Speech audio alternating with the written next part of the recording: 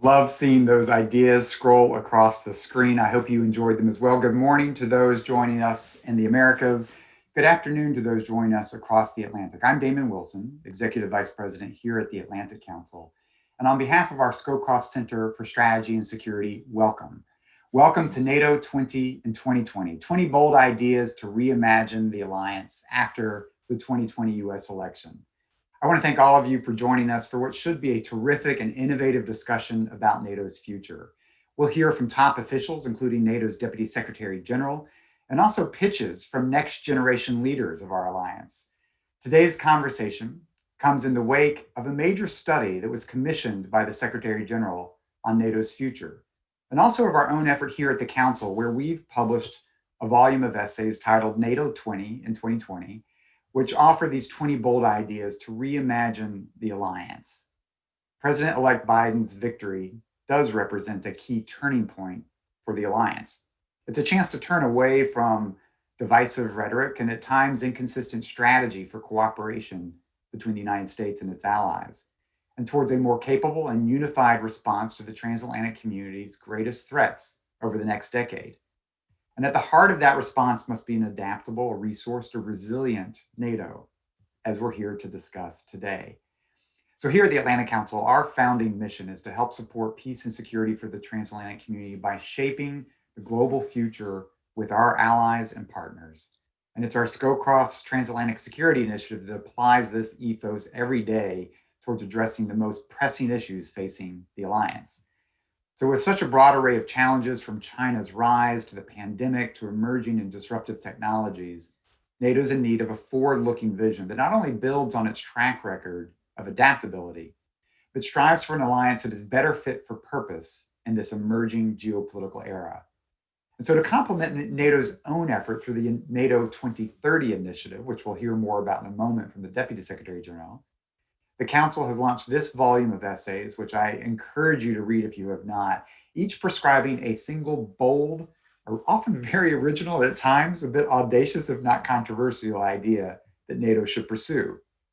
And so with authors from the US Congress, the sitting government officials, former military leaders, and next generation voices, this collective volume is an appeal for the alliance that is more visionary, more capable, more self-evidently valuable to the security of more of our people. And I think the volume is a testament that it's a testament to the idea that critical to NATO's success is its ability to sustain public support across alliance publics. And to do that, we know NATO will need policies, messages, and messengers that reflect the priorities of the alliance's diverse citizenry. So as you'll be hearing shortly, we're excited to highlight the innovative ideas of the volume's next generation authors in this program today, followed by reactions from our distinguished panel. But before we do that, perhaps there is no one better place to comment on the future vision of the alliance and the role of bold thinking in its future than the Deputy Secretary General, our close friend, Ambassador Mircea Geoana. Ambassador Geoana was appointed Deputy Secretary General last year, and he's led a distinguished career of service to his home country as well as the transatlantic community. As Romania's foreign minister, he helped bring Romania, along with 6 others, into the alliance. He served for 4 years as Romania's ambassador in the United States, where he established close friends in Washington, including here at the Atlantic Council. And in his capacity as Deputy Secretary General, he has specific responsibilities for innovating the alliance and transforming it for the 21st century. So we're going to kick off with a virtual fireside chat. Unfortunately, we aren't doing this in person with a fireside, but we're going to be delighted to hear from you, listen to your thoughts on the NATO 30 initiative. Before I dive into that, just want to remind everybody who's joining the audience today to follow the conversation on social media at Atlantic Council or AC Scowcroft on Twitter, and to use the hashtag #StrongerWithAllies to engage and send us your comments, your reactions, your thoughts. Now, with that, let's jump right in. Ambassador Geoana, I think it was exactly a year ago that after some divisive statements from President Macron, President Erdogan, President Trump, Secretary General Stoltenberg stepped in and commissioned this idea of a NATO reflection group to issue a report to help bridge the political gaps within the alliance. So the report's out. It's been presented to you and the Secretary General. What do you think? First of all, so good to be together with my friends and our friends at the Atlantic Council. Damon, the whole team, congratulations for this. I read it from the foreword by Chris Kaluba to the Washington Treaty reimagination by you, Damon, and Jim O'Brien, and everything in between. It's I'm not here to make a publisher's pitch or some ad for this. It's a remarkable piece of work. I would like to thank everyone involved in this very bold and very useful exercise that will be also informing us here in NATO in Brussels in our headquarters. I think the DNA of this alliance is basically composed by two major things. One is the original idea that our values are the ones who are keeping us together. And I think in moments of historical upheaval and acceleration of so many complex trends, always is good to go back to the origin of the founding act, if you want, of our founding fathers. The treaty, how would that treaty look today if we were be in the position to write it again? That's basically what Damon and Jim were, in a way, provoking us at the beginning.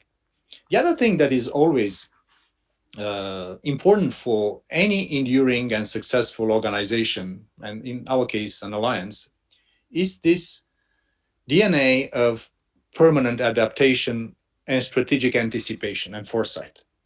Because you cannot win and fight the wars and the competitions of the past with the instruments of the past. You have to imagine the future and be able to adapt and adjust. And I think there is probably, not even since the end of the Cold War, or probably since the inception of the alliance, we witnessed, us as the political West, such a moment of dramatic transformation. For the first time in half a millennia, the West is challenged in terms of our not only economic and technological superiority, but also in terms of the idea of how to organize human society. We see weaknesses in our democratic systems. We see how sometimes fragile we are when it comes to disinformation and conspiracy theories that abound also in our democratic societies. We also see an acceleration of the competition for technological superiority. And we know for a military alliance and a military alliance like NATO, keeping the edge on technology is the essence of your success and of your deterrence and defense. So I cannot imagine a better moment, a more complex moment, a more dramatically important moment for us as the family, global family of democratic nations to think together, preserve our values and our way of life, and also imagine the future. This is where I think the role of NATO comes in, because there is no other organization in the world. Of course, there is the UN, and we are very happy with the 75th anniversary of the UN. That's an indispensable global organization. We need global rules. But when it comes to a combination between same values, 50% of global GDP, more than 50% of global defense spending, that's NATO. There is no other organization like NATO in this universe of our planet that has so much ingredients of both values, economic might, and military power and superiority. So I think the idea to see how can we really move NATO towards this very complicated period and keep our transatlantic bond strong and adapted to the new realities, but also how can we use NATO and also the other like-minded democratic nations around the world basically together a common idea. And I think some of the issues that in your essays here are a hint, not always easily to be implemented, but nonetheless provocative enough. And I really applaud this effort. Thank you, Ambassador. I think you're right. The whole idea is we appreciate that we can. I still read a lot, but it's a rare feast for me to read something with such pleasure and such intellectual curiosity that like this proposition here. So this is not just a compliment; it's just a fact. No, now, thank you for that. Coming back to the question that Damon has asked, and it's on everybody's, at least in the ones in the national security establishment and foreign policy pundits and international media. How is NATO going about this? And the idea to really come with a NATO 2030 vision by Secretary General Stoltenberg, I think it makes sense. And if you remember, other than the more, if you want, anecdotic side of the origin of this effort, there was also something which is all big ideas and all big visions are simple in terms of not the simplicity, but in terms of easy to express and to communicate. And basically, Jens Stoltenberg basically said three things. In order for this alliance for the next decade and beyond that, to continue to retain our ingredients for success, we have to think of basically three major issues and three big questions. How can we remain strong militarily and continue to have that edge? Because that edge is the best investment in deterrence, defense, peace, and security. Because nobody can play around with an organization like NATO, and nobody can play around the security of 1 billion people that are living in nations under the NATO flag. No one. So keeping NATO military strong is one important dimension of his vision about NATO 2030. The other one, which is a little bit more complicated, and like always, politics is more complex than many other things, is how to make NATO stronger politically. How can we convince all nations to come with a relevant question, sometimes difficult, sometimes controversial, sometimes leading to tension, including between and amongst allies? That's not the first time we have this. We are democratic nations. Not every nation sees, risk and opportunity in the same way with another ally from a different geography or a different kind of context, domestic, political context, or regional context. So how can we really transform and have NATO as the place where security-related political issues are brought to the attention of this alliance, and use this alliance as also as a platform of making a more homogeneous, a more harmonious, a more, let's say, action-oriented political organization? Because this is one of the most important challenges, and this is something that we have all of us to work together. And the third one, which is also part of some of the propositions in this great report, is how can NATO engage in a more global role without necessarily expanding its traditional membership or the things we do. We continue to be a regional organization, a transatlantic organization, but how can we also be that element of stability, predictability, and respect of rule-based world order more globally? And this leads me also to technology, leads me to our fantastic partners in Asia Pacific and all over the world. NATO enjoys today, and Secretary Stoltenberg asked me to pay special attention, political attention, to our partnerships. There are 40 plus partners we have all over the world, from Colombia all the way to New Zealand and Australia, and many others in between. So these are the three dimensions that NATO 2030 is presenting. Now, SecGen, in his wisdom, and also we applaud the input we had from Wes Mitchell and Thomas de Maizière, the two co-chairs of the group, Marta Dassou, a dear friend of ours, Hubert Védrine, many others. A wonderful group of intellectuals, of leaders, of professionals. And I think the 138 recommendations are indication of how an external group is looking to the challenges in front of NATO and opportunities in front of NATO. Of course, foreign ministers of NATO just last week had a first look. Now the report is public, and it's the intention of the Secretary General on the way to the next NATO summit that we hope to organize, of course, with the incoming new American president and the new administration, all of us, sometime at the beginning of next year, whenever we'll find the right moment together, is not to go with all these propositions in front of our leaders. This is not the point. But basically, his intention is to distill some of his ideas, of the group's ideas, of the other ecosystems' ideas, youth, younger guys, private sector, civil society, think tanks, and also have his own input to our leaders. So I don't anticipate the Secretary General Stoltenberg to present more than 5, 6-ish big themes for the leaders to consider upon his recommendation. And then if our leaders will be giving us the green light, the blessing to start even upgrading or changing or replacing whatever decision they will make and we will make for the strategic concept to be revisited, this is again something that probably will happen. And this means that between beginning of 2021, when our leaders will be meeting with President, not elect, but President Biden at that point in time, and his team will be able to decide on the strategic directions of the alliance and then revisit the strategic concept. And probably by 2022, to be able to come with a form which will be, putting in place the vision and the strategy for NATO for the next decade. So, Ambassador, I'm going to jump in right here, if I might.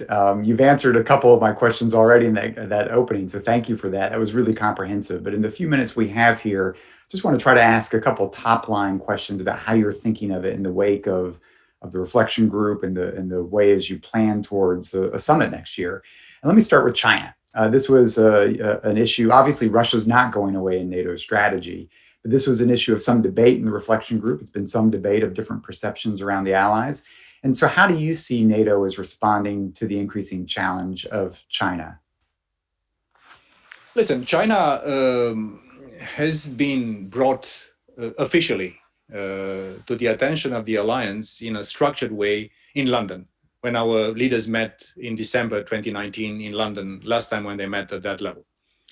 And at that moment, we were instructed as an alliance to start looking at the rise of China, both as a challenge, because the rise of such an important country, economically, technologically, militarily, also creates challenges. And that's absolutely clear that we have to look into those challenges, but also to look to the opportunities that the rise of a big country with a big economy is also presenting to us. So finding basically the right balance between making sure that we comprehend and we take necessary, understanding of the implications of the rise of China from a security standpoint, which is something that we continue to do. Our foreign ministers just last week sanctioned an important piece of our China strategy that was presented to them during this last year of work since London. And I'm convinced that the work on China will continue to the summit and beyond. That's absolutely clear that China is today the country with the second defense budget in the world, that they are modernizing aggressively their military capabilities, that they are playing a role that sometimes is not very constructive into the South China Sea and in that part of the world. This is something that we have to keep an eye on, because that's one of the most important transformation in geopolitics, geoeconomics, and geotechnology in the world. We just cannot pretend that this is not happening. This doesn't mean that the Russia problem is going away. It doesn't mean that terrorism that continues to be so pervasive and they're moving towards Africa and other places is not something we should be concerned about.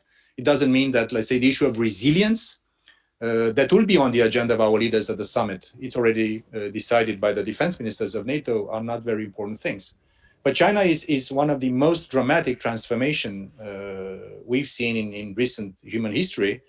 And it's only normal for us to adjust and adapt and make sure that we understand all the implications of the rise of China. Let me ask a related question to China, because you recently joined our stage for a conversation on transatlantic cooperation on AI, artificial intelligence. You're leading an innovation drive at the alliance itself.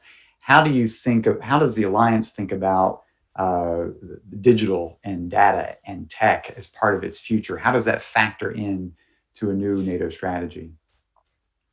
Listen, this is the most important driver of transformation in our societies, not geopolitics, but also geoeconomics and economy and the way we work, live, and exist.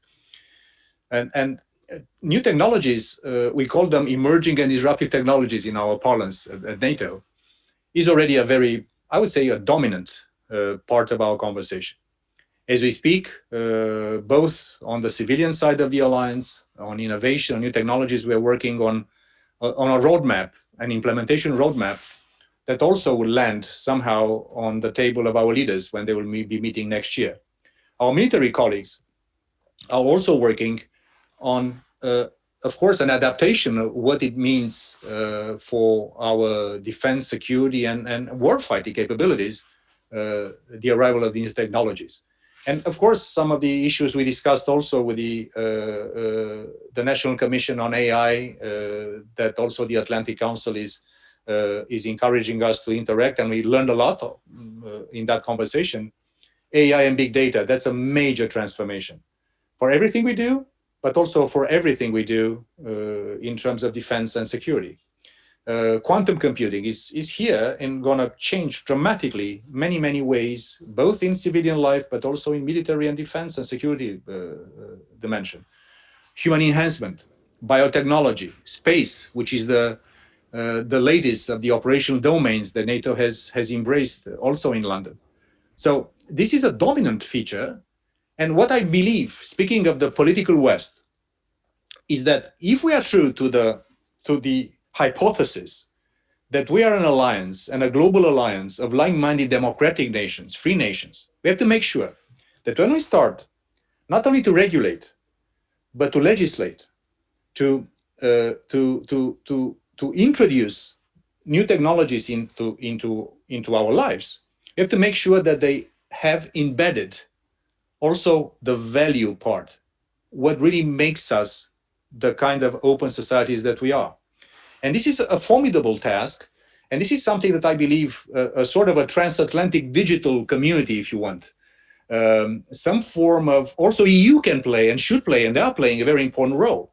And we welcome the fact that the EU is making already some propositions to the incoming American administration to try to see how can we put together our collective instruments of economic, technological, financial, but also values, ethical, and international norms into this. For us in NATO, it is very important not only to look into the traditional arms control and to the traditional way in which we try to regulate, in a way, military competition and armaments around the world, but this new generation of technology that is also in security terms becoming dominant is not regulated at all. We have no international system to work into this. So that's, I believe, that bringing all of us together in shaping the rules of the game, hopefully the global rules of the game, while we have this tremendous advantage on our side, is one of the most important jobs we have at hand. And this is where I think NATO, together with other like-minded organizations, can really play a very important role. Let me just ask a last question here about, there's some discussion in the report at NATO headquarters about looking at climate issues like the pandemic, public health as security issues. And some believe this is right, it's important. And some believe this is taking NATO off its game. How do you sort of see, is this an area where the allies can consult together on how to deal with common challenges? Or does NATO have a more direct role in issues, broader security issues like climate and public health? While recognizing that NATO is not a frontline, if you want, organization in dealing with these things, there are many other national and international fora that are doing this. We are also very much aware that the very definition of security is becoming much broader. And speaking of Africa and terrorism and the risk of illegal migration and all these kind of things, climate change is impacting on our security. Climate change is changing also in your report, there is one of the essays on the high north and how this is also spurring geopolitical competition for the high north between also China and Russia and other players. So for NATO, even if we are not, in the first line of response to the kind of thing, internalizing the consequences of climate change for us from a security standpoint is paramount. So yes, climate change is a big thing for us in NATO. Of course, immediate climate change thing like our footprint, our missions, our operations, how our military operations impact on the climate. That's important, and we do that. But I think from a security standpoint, not including climate change would be, a huge mistake that we cannot afford to make. So yes, climate change and other related global security challenges are in our immediate attention, and we'll deal with those very, very actively. I'm going to have to conclude this part, Ambassador, with a one question, yes or no answer. A lot of folks here wonder, will the increased defense investment among allies continue once President Trump leaves office? Yes or no? Do you see defense investment going to continue to increase among European allies? Yes. Perfect. That's a very helpful answer for many on both sides of the Atlantic. Mr. Ambassador, thank you so much. Thank you for giving us your time to kick off this session. We're super excited to hear, as you said, from some of the next generation voices. And with that, I'm going to hand the baton over to Chris Skuluba, who is the director of our Transatlantic Security Initiative. He is the brainchild behind this idea. When we recruited him after he stepped down from the Pentagon to come to the Atlantic Council, he said, I want to be able to take the conversation of NATO to the American people, and I want to help focus on some big, bold ideas for the future of the alliance. Chris, you've done it. Over to you. Thanks, Damon. I'm very grateful that Ambassador Geoana could join us and share his insights about the NATO 2030 agenda, and so thankful for his generous comments about our work. Bold and forward-looking were the themes that inspired our NATO 2020 volume, which I had the honor to edit. I want to briefly explain the project to our audience. NATO's success as the most enduring political and military alliance ever stems from its ability to adapt across geopolitical eras. While it has been necessarily engaged in the serious business of deterring conflict and fighting the century's wars, NATO has rightly avoided thinking too far ahead. But NATO's history shows that when it pauses to consider the future, the resulting vision is momentous, whether it was the audacious idea of a mutual security guarantee enshrined in the Washington Treaty, or the daring decision to invite former adversaries to its ranks. NATO's history is one of boldness. Our volume was inspired by that history and designed to catalyze the next defining vision.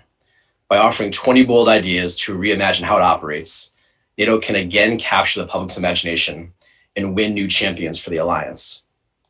To that end, we recruited a diverse set of 38 authors, with nearly a third of them next-generation voices. Today, you'll hear from 6 of these remarkable young authors as they pitch their ideas to a panel of experienced NATO experts, bridging age, gender, and ethnic divides. 2020 has been a challenge for nearly everyone. More than ever, we need to be intentional about how we build our NATO community. Between our authors and editors, the nearly 25,000 readers of this volume so far, the listeners to our companion podcast, moderated by the host of today's panel, Terry Schultz, and all of you joining today, we hope this project has served to sustain and expand our NATO family at a moment we cannot bring together our community in person. If NATO is to make good on its 2030 promise to be our past, our present, and our future, it must consider ideas that may sound strange or difficult at first, but that might create an alliance more resilient, united, and equipped for what lies ahead. Thanks again for joining us, and I hope you are inspired by what you hear today. Terry, over to you. Thanks, Chris, and thank you to DSU Geoană and to everyone who is joining us today. I'm joining you from Brussels, across town from NATO headquarters. I'm a journalist who's been covering the alliance for 14 years. And most of what I do is hound them for new ideas to write about. And so I'm very grateful to the Atlantic Council for commissioning young authors to come up with some of those ideas from the outside. And I'm also grateful to be hosting this series, which I hope you will all check out on the Atlantic Council website, NATO 2020. We're going to have an episode for each idea. And as Chris mentioned, we're going to be hearing from 6 of those young authors today, to be joined by a panel of luminaries. Joining me here is Ambassador Dame Karen Pierce. She is the British ambassador to the United States, former ambassador to the UN, and author of one of our ideas herself, Modernize the Kit and the Message. Ambassador Bebe Breise, who is the Assistant Secretary General for Public Diplomacy at NATO. Ambassador Doug Lute, who used to be here in Brussels serving as the U.S. ambassador to NATO. He is now a senior fellow at the Harvard Kennedy School's Belfer Center and a board director at the Atlantic Council. And Lauren Speranza. She is the director of transatlantic defense and security at the Center for European Policy Analysis. And I'm very grateful to all of you for joining us here today to help me delve into some of these ideas. This is the privilege that I get with each episode of the podcast. And now we're going to be spreading out the responsibility a bit. And I think everyone will find it very interesting because some of these ideas, as Chris mentioned, are completely new. Some of them we've talked about before, but they have all been well thought out. And I think NATO can always use a bit of a push from the outside on thinking ahead. So we are going to, the way we're going to set this up is that we're going to hear from 3 young authors, and then the panel will digest those 3 ideas a bit, and then we'll hear 3 more ideas, pitches for their ideas, and we'll discuss that. And then importantly, we're leaving time at the end so that some of the questions I see are already coming in can be answered by our experts. So please submit your questions on the Q&A function there, and we will get to them at the end. And please talk about what you're hearing, talk about your ideas on Twitter at #StrongerWithAllies. So let's go ahead now and hear from our first 3 young authors.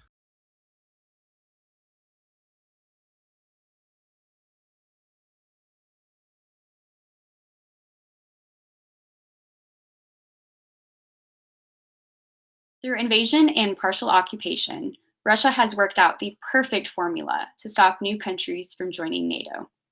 For example, Georgia was promised NATO membership at the 2008 Bucharest summit, but is still not a member. One of the main roadblocks to accession has been the Russian occupation of 20% of Georgian territory.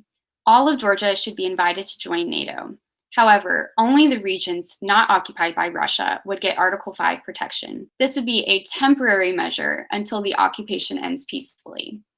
This could be done by amending Article 6 of the 1949 North Atlantic Treaty during the accession protocol process. There is precedent to do this. Georgia has made a non-use of force pledge regarding the occupied regions. So if Georgia has pledged not to use force to regain the occupied territories, then it doesn't need the NATO security guarantee for them either. Georgia would not be the only country in NATO to not have all of its territory protected under Article 5. For example, Hawaii is not protected for the United States, and neither are the Falkland Islands for the United Kingdom.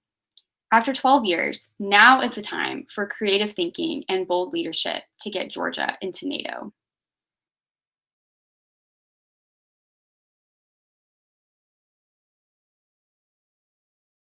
Today, U.S. support for NATO is eroding, and many Americans tend to see NATO as a burden. Part of the challenge surrounding public support for NATO is a result of changing U.S. demographics. One surprising way to keep the United States invested in NATO? Invite Mexico to join. NATO needs to matter to more Americans. Just as it has in the past, it makes sense that citizens will care about the security concerns of their familial homelands. For NATO, the interests of the Hispanic Latinx community should take priority. The U.S. Hispanic Latinx population will account for 29% of the entire U.S. population by 2050, and people of Mexican origin comprise 62% of this bloc. When taken together, California, Texas, and Arizona are the world's 3rd largest economy. Clearly, economic and political power in the U.S. is shifting to places with fewer traditional ties to Europe. This makes diversifying NATO's appeal more important than ever before. And Mexican membership does make sense for Brussels and Mexico City. Mexico stands to offer $5 billion in defense spending, the weight of a 3rd Pacific member to help contain China, and a chance to expand NATO's presence in Latin America, where the alliance is relatively absent and Russia has been making gains. For Mexico, a formal relationship with NATO would institutionalize defense and trade ties and underscore its status as a regional power. Membership won't happen overnight, but a formal partnership is attainable in the short term. This proposal may sound implausible, but so did the possibility of Warsaw Pact nations joining the alliance. Inviting Mexico to join would invigorate new champions for NATO as it begins its most bold and unprecedented chapter yet.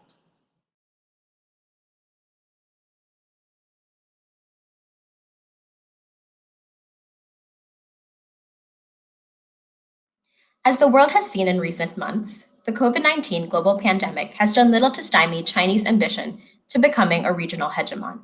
both Asia and Europe will increasingly face a full spectrum challenge from China in traditional and non-traditional security spheres.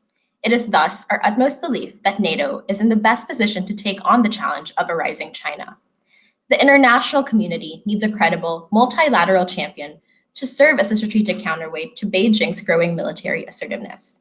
Unlike ASEAN, the primary multilateral institution of Southeast Asia, NATO has the institutional structure, capabilities, and capacity to link European countries with like-minded Indo-Pacific partners under a cohesive multilateral mechanism. In the coming decade, NATO should establish itself as the central node of a global network dedicated to countering Chinese hostile and malign activities by formalizing an Atlantic-Pacific partnership. The APP will be focused on integrating NATO's existing bilateral relationships with Australia, Japan, South Korea, and New Zealand into a multilateral 30+4 consultative network. Other important efforts under the APP should also center around seeking opportunities to expand current relations with ASEAN and increasing resilience towards non-traditional security threats. If countries do not act now, unchecked military expansion and malign Chinese influence operations will quietly erode democratic principles and institutions worldwide. So there we go. 3 new ideas, 3 young authors, and I was just struck by the fact that I should thank Doug Lute for showing up, to be the token male on this round. Sometimes it's just really hard to find someone, we ask around, but anyway, thanks for showing up, Ambassador. I love the gender balance on these ideas. So I'm going to start off with the first idea. Grant Georgia membership to NATO finally. And I should point out that on this idea, of course, these are very shortened pitches here. The areas of Georgia which are currently occupied by Russia would not be covered by Article 5. That is part of the whole concept here, to accept Georgia without those areas covered, as she mentioned, like Hawaii. So I'm going to start with Ambassador Breja. There at NATO, of course, this is a question that comes up every ministerial, every summit. Will Georgia finally get the invitation? Great to see you, by the way, and thank you. What do you think about this idea? Should NATO finally be ready to extend the umbrella over the rest of Georgia, as Georgia so fervently pleads at every meeting?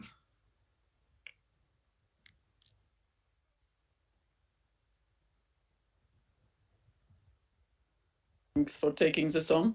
We are very pleased to support this process that Atlantic Council has been engaging with, of their own reflections, their own discussion, their own sort of preparation for the future.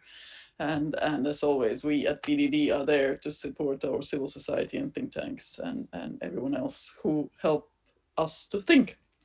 So on the concrete pitch, very interesting, obviously. I think the premise is slightly I wouldn't say mistaken, but pessimistic, because actually Georgia and Ukraine have been invited to join, as we remember the wording from the 2008 Bucharest summit, which says that Ukraine and Georgia will become members. So there is no Russian veto, there is no anybody else's veto. Obviously, it's a process, it's a very political process, but also a very practical process. And both Georgia and Ukraine are great partners to NATO. They contribute a lot and they work on an everyday basis with us. So we are there to support them.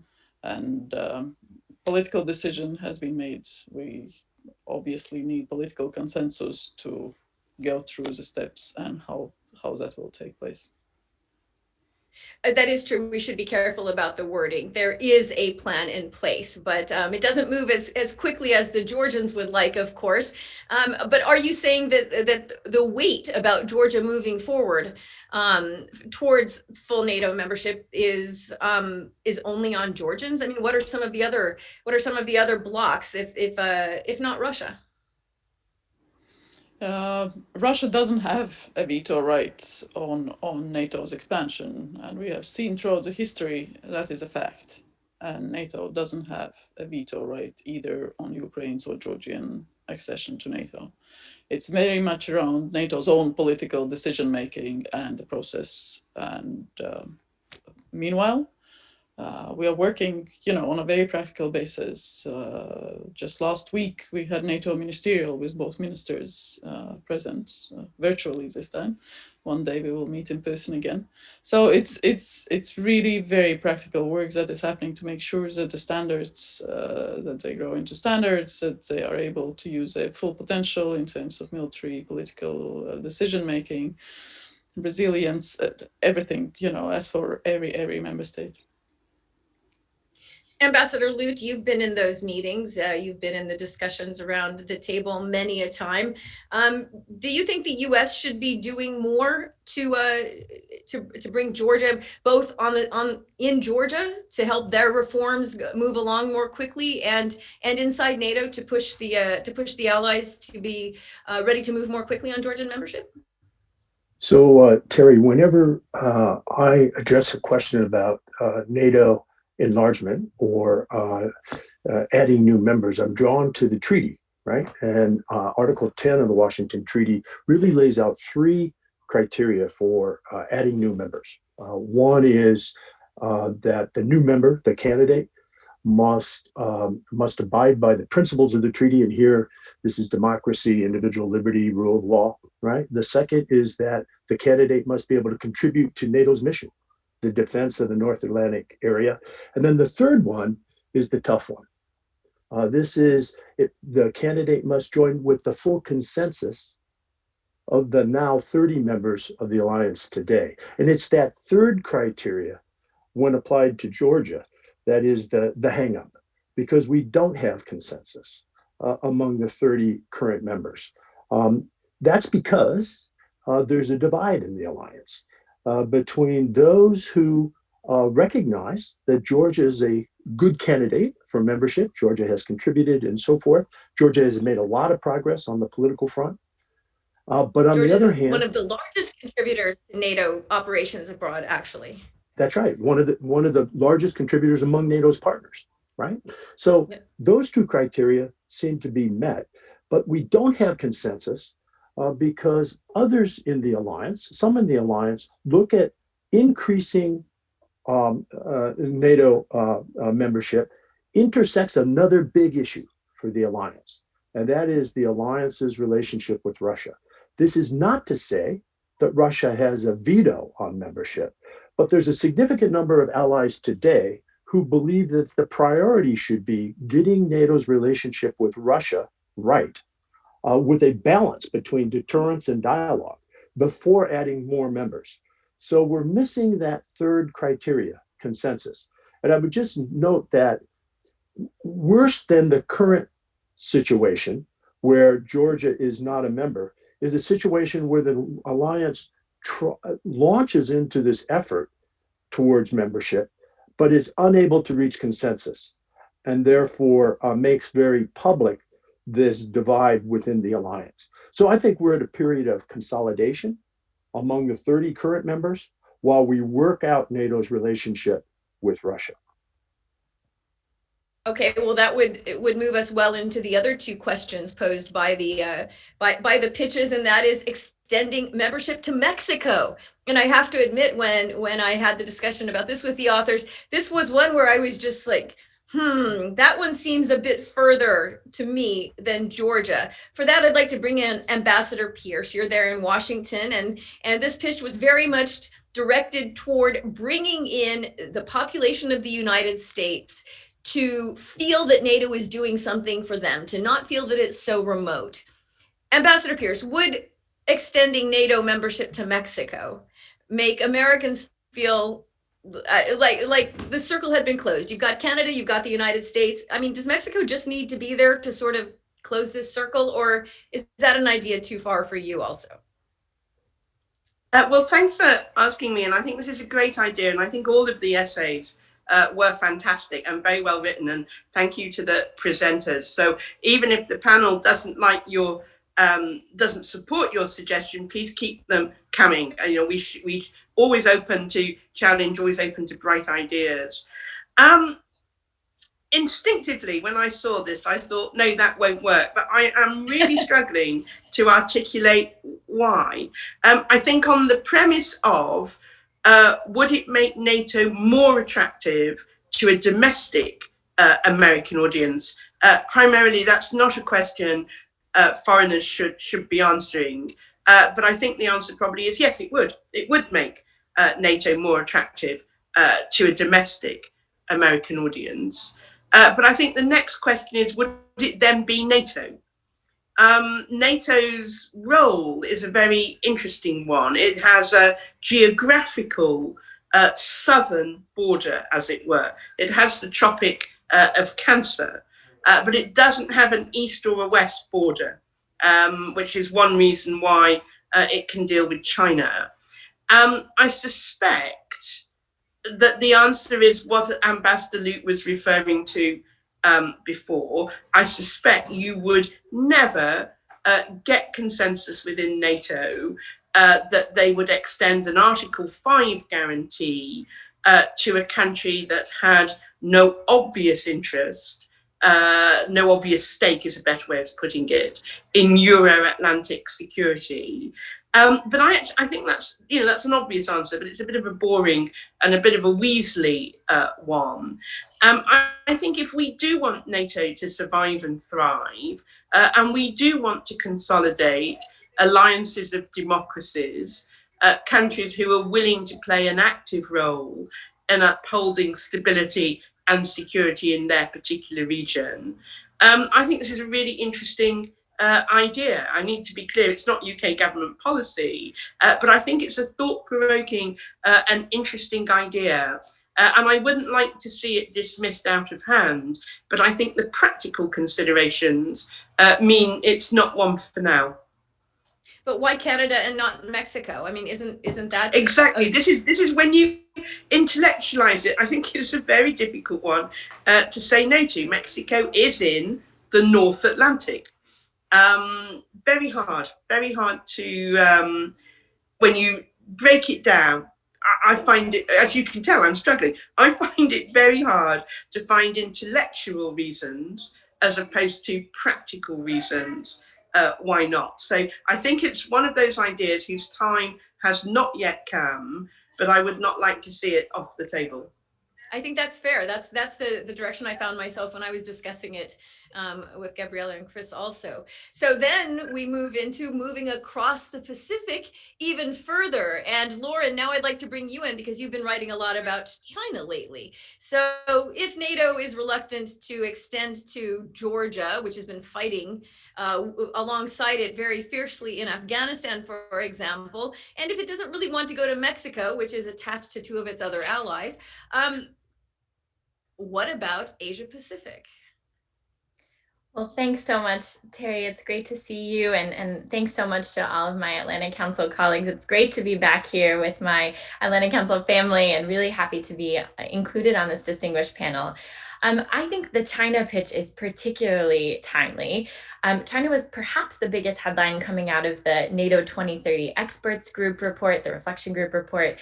I think that made it clear that there has been, as the Deputy Secretary General alluded to, a significant sea change, I think, in allied leaders waking up to the severity of the China challenge. And it even calls for a sort of consultative body for NATO to discuss strategic and security related issues posed by Chinese influence in Europe, which very much relates to this idea.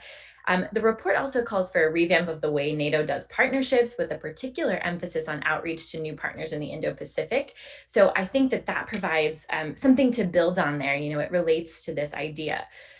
The pitch makes the point that managing China's rise has to be a truly transatlantic issue. And I think that's so true. The only way that we can outmatch China is if the United States and our allies and partners at NATO do this together.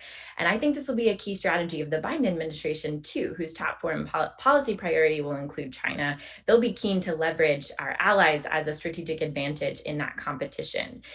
And I would also say, you know, the essay picks on another key theme of the reflection group report, which is this idea of NATO as the essential forum. You know, I think there's growing consensus among allied leaders that even if NATO isn't operationalized in every instance, NATO is still the primary place to talk about China-related strategic and security issues and to coordinate policies around them. So that's all good. I think the pushback probably comes at the idea that, NATO needs to focus on the core, the challenges at home before we can branch out to Asia. That's not NATO's job necessarily. Some would say, China is not primarily a military threat for NATO, at least in the region in Europe. NATO's a regional defense alliance and should stay that way. Plus, we already have partnerships at home, that perhaps have been waiting longer, as we've talked about with Georgia and Ukraine. I think there could be some hesitation with not necessarily the countries mentioned in the essay, because they are strong democracies, but some countries in the Indo-Pacific that may not align as much with NATO's core values. And then finally, I think some allies are still too caught up on either the short-term economic benefits of cooperating with China, or are more cautious that the issue of China is so big. We need China in certain respects to work on necessary issues like climate change and trade and global health. So we need to be careful about how we engage institutions like ASEAN, which could upset dynamics with China in some ways. But I really like that the report and this idea of the Atlantic Pacific Partnership highlights the many capabilities that NATO can apply to the China conundrum in Europe in particular, where it does affect NATO. It talks about maritime security and freedom of navigation operations, tackling hybrid threats, cybersecurity, strategic communications, and this widespread consultative capability. And so I think those are all things that NATO can do in the short term on China. And so I'm really encouraged by this proposal.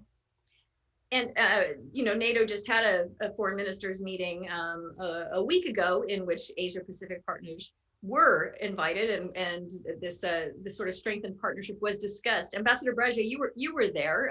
Was there a lot of appetite for this, particularly as the reflection group paper was released at the same time with China such a big headline? Absolutely. There was a lot of discussion, and Lauren is absolutely right that the four Pacific partners are the closest partners to NATO, and there is a lot of interest, mutual interest to work closer. But it's not only about challenges from China, it's on a variety of other issues. And we should not forget, of course, that we need China to participate in many international joint initiatives, be it on climate or be it on weaponization of space, that we see the latest developments that China has been doing. We need them on board actually to set certain rules. Global arms control, artificial intelligence, ethical AI in military buildups. So there is a whole set of things where we need China to be part of the solution and not just look at them as a challenge, or others put it in stronger words. So in that respect, of course, formalizing partnerships and not including China might create certain type of exclusive clubs where it would be more difficult to work with China on those issues where we want. So we have to really find the right type of solution. I also would like to say a few words on Mexico. That, of course, for partnerships, we need countries to want to have partnerships. And currently, the only country in Latin America with whom we have a partnership is Colombia. And they have asked for it. And they've asked for certain type of activities around building integrity, the training and transformation of military forces, so on and so forth. With Mexico, it would need a will from Mexico to have that partnership with NATO. NATO would be very interested, obviously, and we have regular meetings here in Brussels with the ambassadors of a number of countries in Latin America, and DSG participated in the Concordia Summit last week. So there is a dialogue, but to have a partnership or stronger relationship, we need both sides to tango. Well, once people tweet out this session that we're having, where you say that NATO is very interested, I'm sure you'll be getting some calls. My other two ambassadors, Ambassador Pierce and Ambassador Lute, one of the frustrations of especially the United States, but also increasingly the UK, has been Europeans' fondness, as Lauren mentioned, for doing business with China and their reluctance to give up some of these deals, including most prominently 5G and Huawei. So is that something that is going to hinder, NATO's approach to this as well? It's certainly on the EU side of town. This has been this has certainly been a divergence between governments. Either Ambassador, yeah, Ambassador Pierce.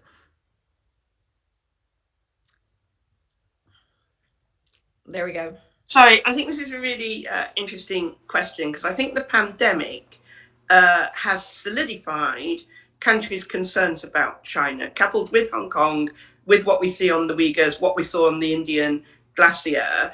And I think for the first time, there's actually more of a sense among countries that share democratic values that we need to push back on authoritarianism.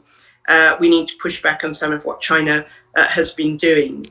But I think the economic question is actually a different one, if I may say so.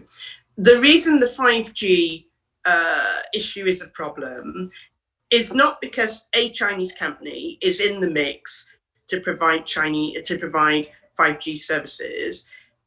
It's because there isn't enough diversification of supply, and because the Chinese company involved is linked to the Chinese state and the Chinese Communist Party, and complicit in its materials, its information being given to that Communist Party for the purposes of controlling China's own citizens. That's the critical issue. It's not that we don't want a sensible, economic, productive relationship with China, but we want it to be one that doesn't lead to an extension of the authority of the Communist Party. And we want it to be one that's based on an economic and trade level playing field. So I think as countries come together, as the US and as the US and EU develop their dialogue on China, as we develop our dialogue on China, this level playing field is going to be one of the things we need to talk about. But it's separate from the need to deal with China in a calibrated way as a strategic competitor. Ambassador Liu, this has been really a strong point of the US. Yes. Just a couple thoughts. First of all, if you take the global map, the world map, and you plot the nodes of the Belt and Road Initiative, they obviously extend from mainland China east and west. And you might ask, well, what's the purpose here? My view is that the destination of the Belt and Road Initiative, both the land routes and the sea routes, is the European marketplace. So 500 million people, a quarter of the world's GDP. They're not building the Belt and Road Initiative to get to Turkmenistan. They're building the Belt and Road Initiative to get to the European market. And we already see the commercial infiltration of Chinese interests. So the buying up of seaports, investment in other transportation networks, 5G by way of the telecommunications networks, energy networks, and so forth. And this commercial competition in Europe comes from the China perspective, the Chinese perspective, with an expectation that downstream, after the commercial, based on the commercial infiltration, there will be political payoff. So this, I think, more than the military dimension of competition with China, this commercial and political infiltration is the dimension that NATO and Europe, NATO in partnership with the EU, frankly, ought to be most concerned about. So I'm not talking about ships and airplanes and tanks here. I'm talking more about technology transfers, buying up of commercial infrastructure, and so forth. And NATO, alongside the EU, needs to wake up to this strategic play that is actually playing out right now as the Belt and Road Initiative begins to reach its destination. Well, I think everyone is probably, who follows this is probably aware by now that NATO had not spoken about China until a year ago at the leaders meeting in London. And now they're very much trying to catch up, make up for lost time. But I am trying to do the same thing here. So we're going to move on to the next set of videos and hopefully still have time at the end to come back to any and all questions. So let's see the next 3 pitches and then we'll talk about those.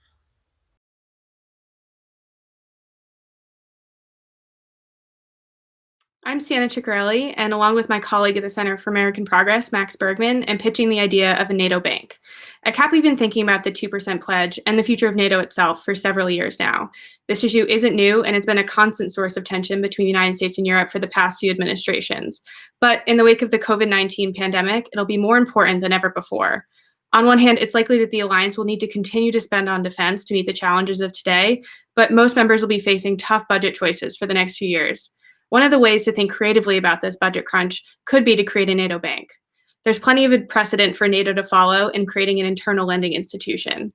Allies would make an initial investment mirroring their existing contributions to the World Bank or European Investment Bank.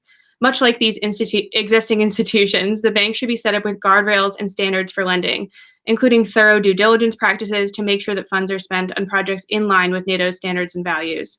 Primarily, the bank would help finance defense modernization within the alliance. It would help shift the conversation from hitting arbitrary spending goals to actually addressing critical capability gaps, particularly by providing loans to smaller members that couldn't afford to invest in new technologies on their own, or by allowing states to make joint investments. The bank would also serve a few other key purposes. It would allow NATO to make key strategic investments in dual-use infrastructure like bridges and roads. The bank could invest in emerging technologies like 5G, provide readily available funds in the case of a conflict, and help alleviate some of the budgetary pressure after the pandemic. Ultimately, the United States and Europe will have to think more creatively about the NATO alliance in the coming years, including how to fund it. Although a NATO bank won't solve all of the alliance's problems or settle every internal disagreement about spending or planning for the future, we think it could be a good place to start.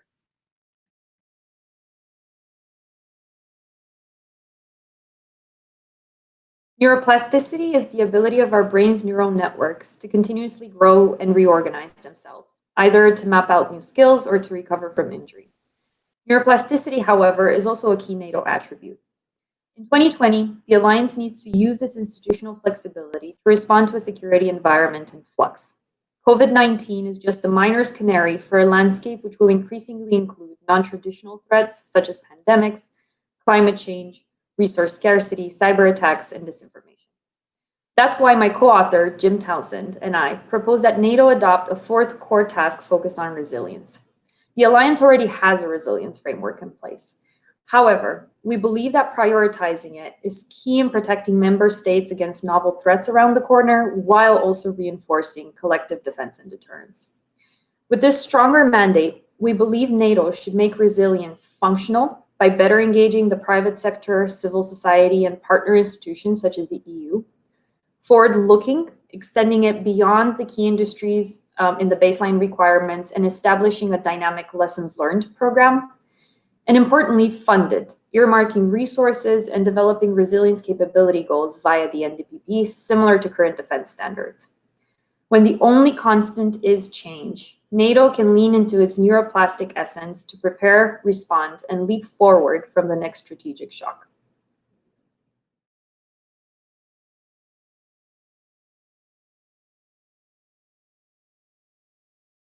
Public debates on burden sharing within NATO for too long have focused on how much member states spend on defense as a whole, without focusing enough on where those funds are going. Member states should reimagine how to spend on defense and adjust that spending relative to emerging threats and collective security challenges. Adversaries are increasingly focused on digital and information threats, but while some members are awash in cyber capabilities, others aren't.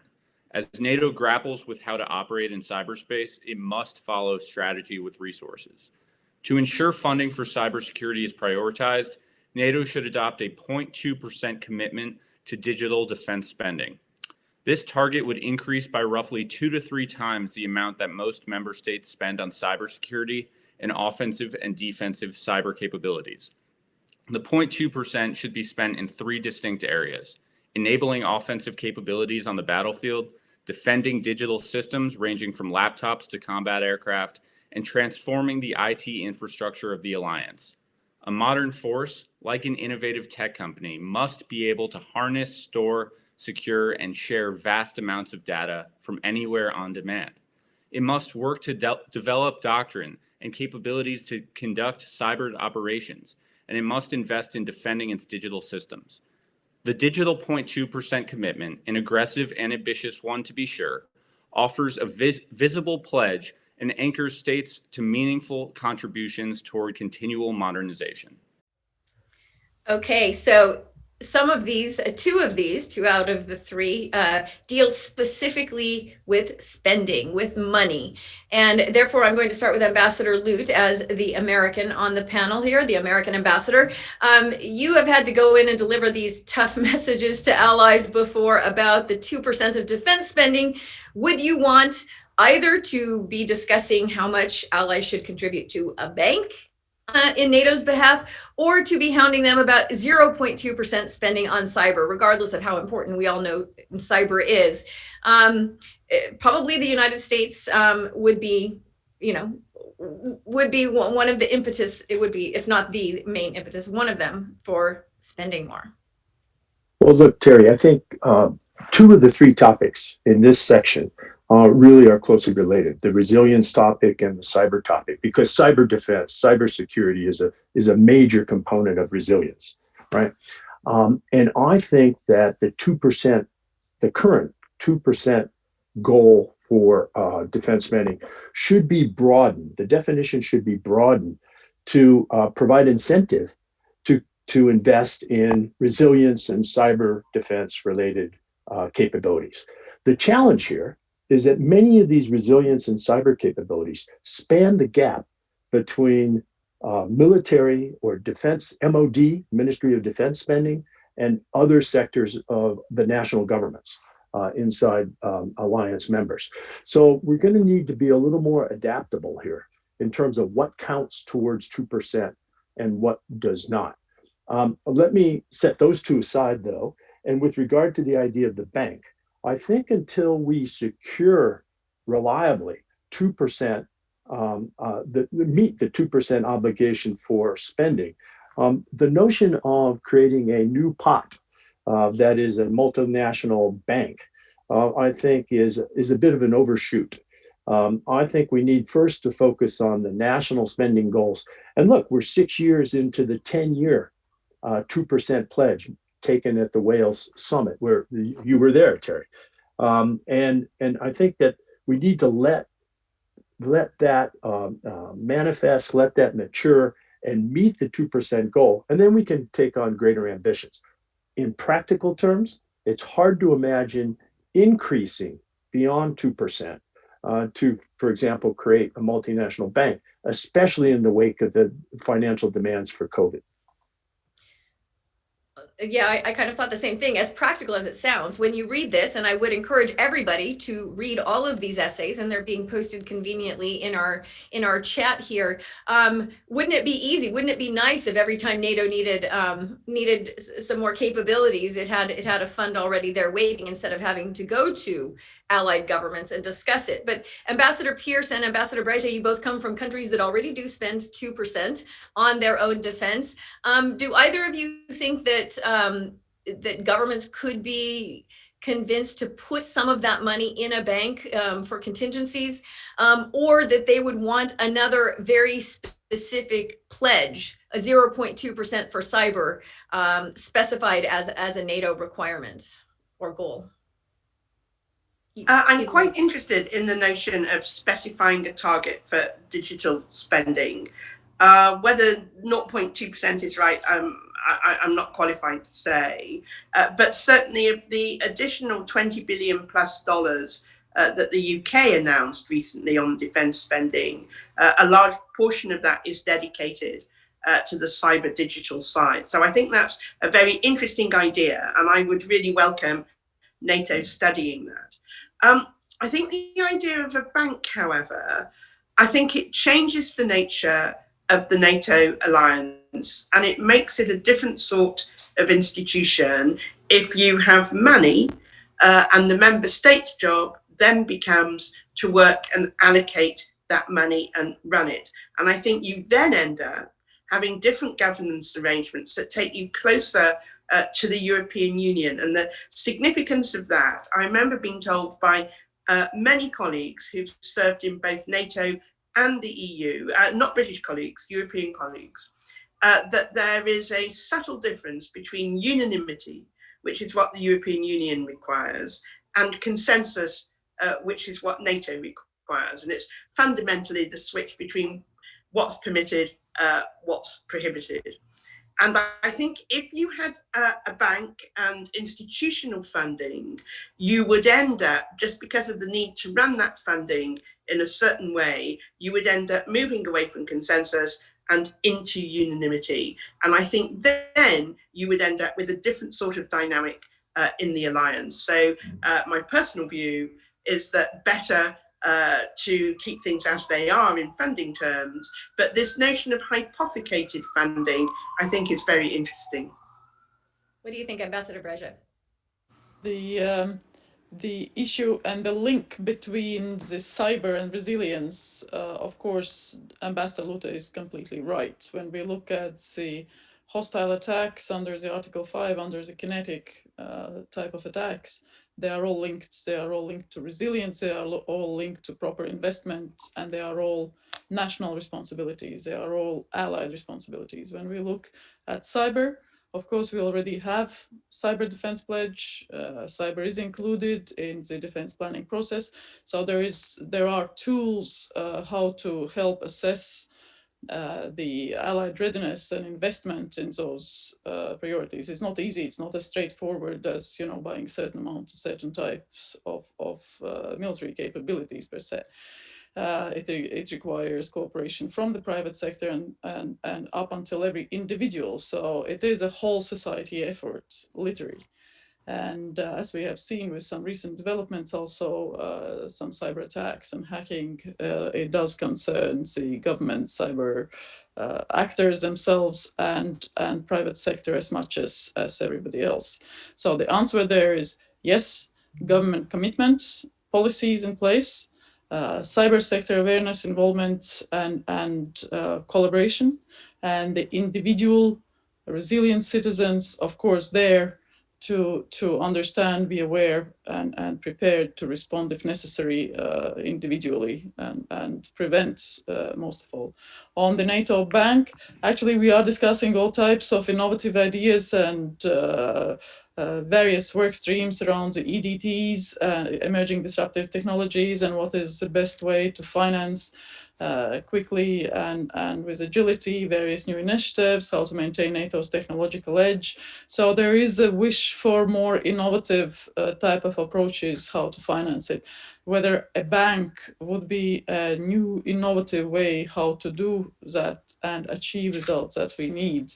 I do agree that would probably require quite a strong discussion, serious discussion, and maybe not be the answer to these needs.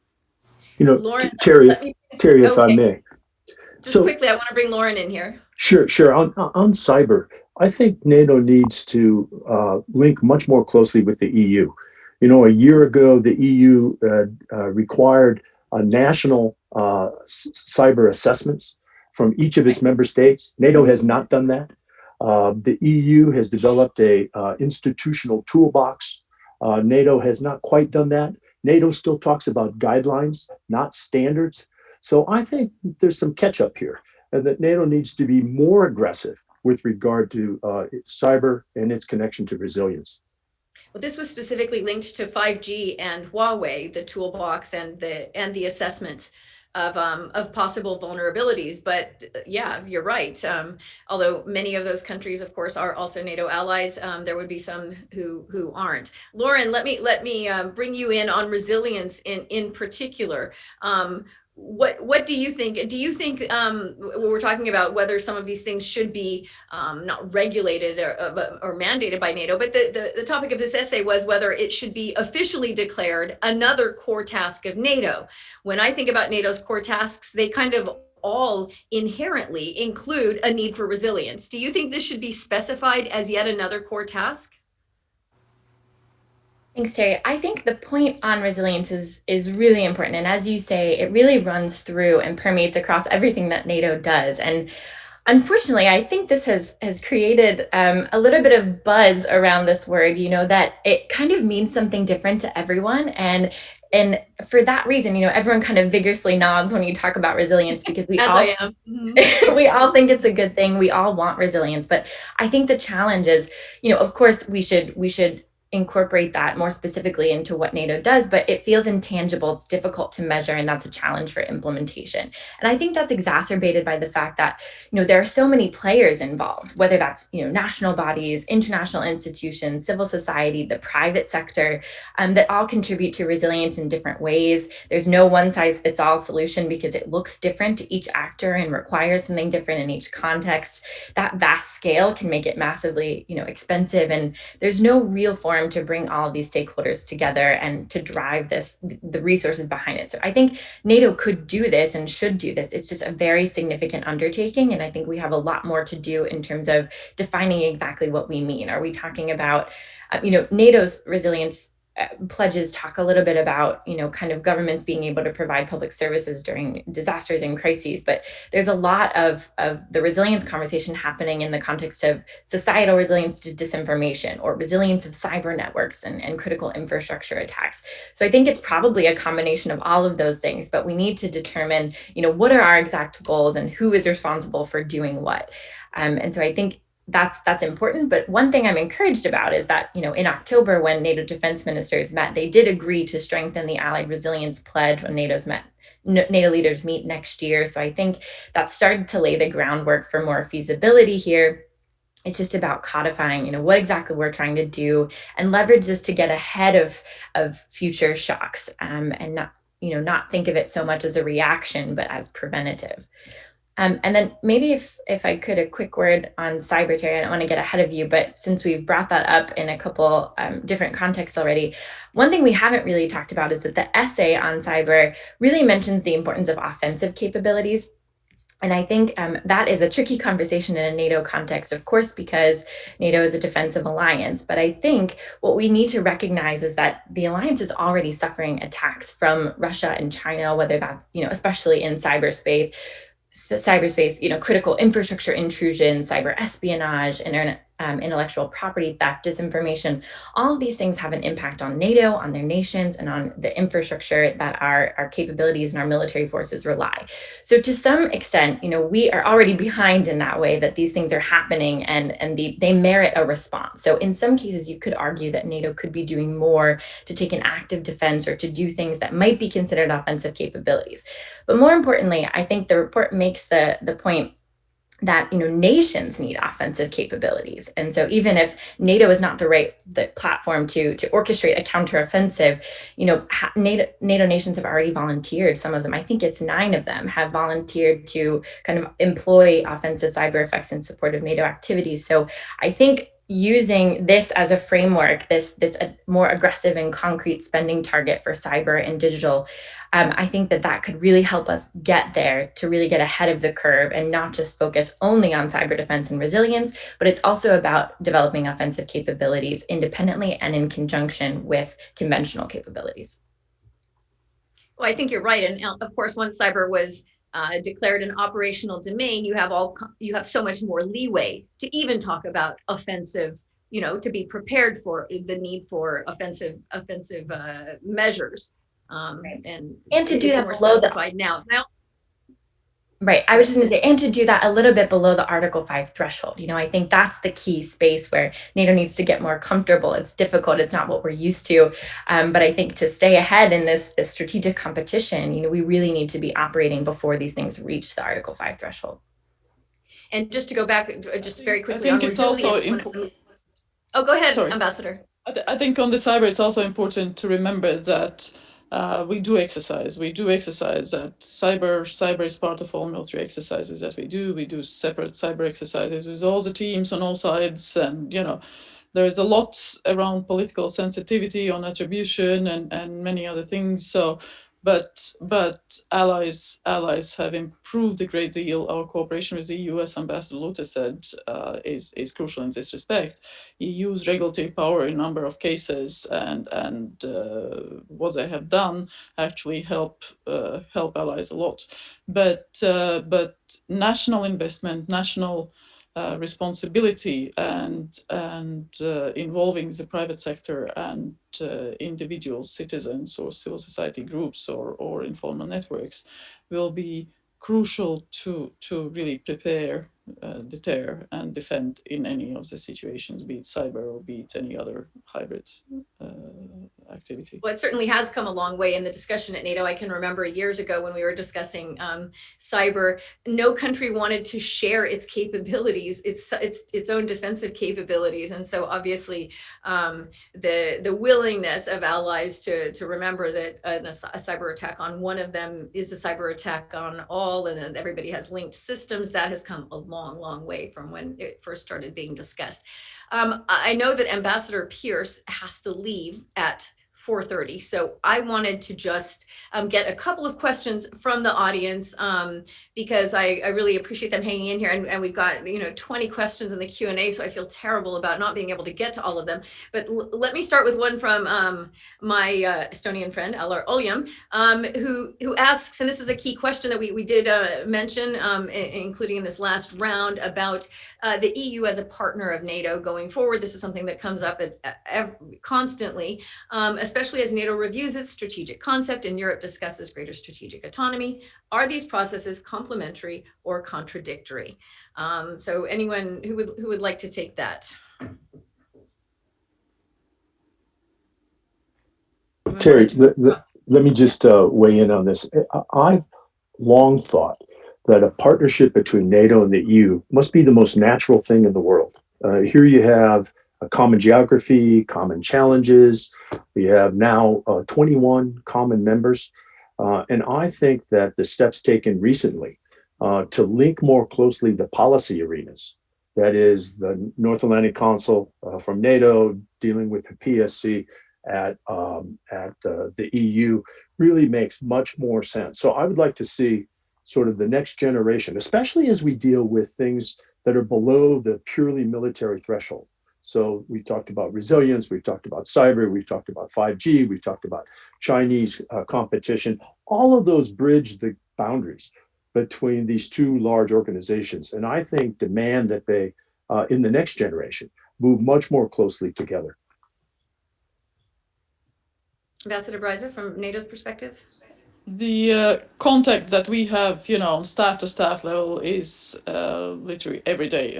There are, of course, formal 74 areas that we work in a sort of agreement base with the EU, but the threats don't separate the organizations. When allies or companies or whoever are threatened, we have to be able to respond, and that is both by national means but by collaborative means as much, and especially in the disinformation and hostile information sphere. Yes, also, of course, politically, and when we think about the concepts, we are complementary to each other. There is no doubt about that. Alar's question is completely to the point. But also in a practical work, as I mentioned, a lot that the EU does with its regulatory power benefits the allied resilience or helps the companies, in a certain production way. To set the standards. So what the NATO does with the standardization, again, is the same way. It increases our economic power, it increases our country's abilities, military capabilities, and the welfare of our society. So there are lots of links, and there's a commitment from both sides, from the EU and NATO, to work together. Okay, and other two want to weigh in on that, or shall I present one more question here? Okay, I'll take a second question, and this will. Okay, sorry. Is Ambassador Pierce still with us? Because of course, with Brexit, with Brexit, we will see that with I'm not sure. UK. I can answer on Brexit.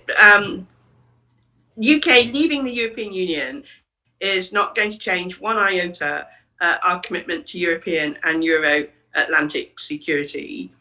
We were there in World War II. We're always going to be there when there are threats to Europe only, or the Euro-Atlantic area. And this new defence spending increase that we've announced, I think, underscores the British determination to keep moving forward in NATO and to work as closely as possible, as both ambassadors said, with the European Union, I think there sometimes is a danger, to be absolutely honest, that we take our eyes off what the common threat is, and that's the common threat to the Euro-Atlantic area. And I think sometimes some EU and NATO members are a little bit sanguine about Russian intentions, to be honest. But I think the more we debate among ourselves, the more time or the less time we have to address the wider threats around the globe. And we've talked about some of them today: cyber, China, the rise of malign non-state actors. So I actually see the question of NATO versus the European Union as a distraction from what our core mission ought to be for both organizations, which is to find a mutually reinforcing way to address the issues of security and stability and provide the basis for prosperity. And I think NATO is always going to be the harder edge of the security equation. And by definition, the European Union is always going to be the institution more interested, more capable of doing something on the prosperity side. Those things are not mutually exclusive. On the other hand, on exactly the opposite, they are mutually reinforcing. Okay, unfortunately, we've run out of time, and that's going to have to be our last comment, but it was quite comprehensive.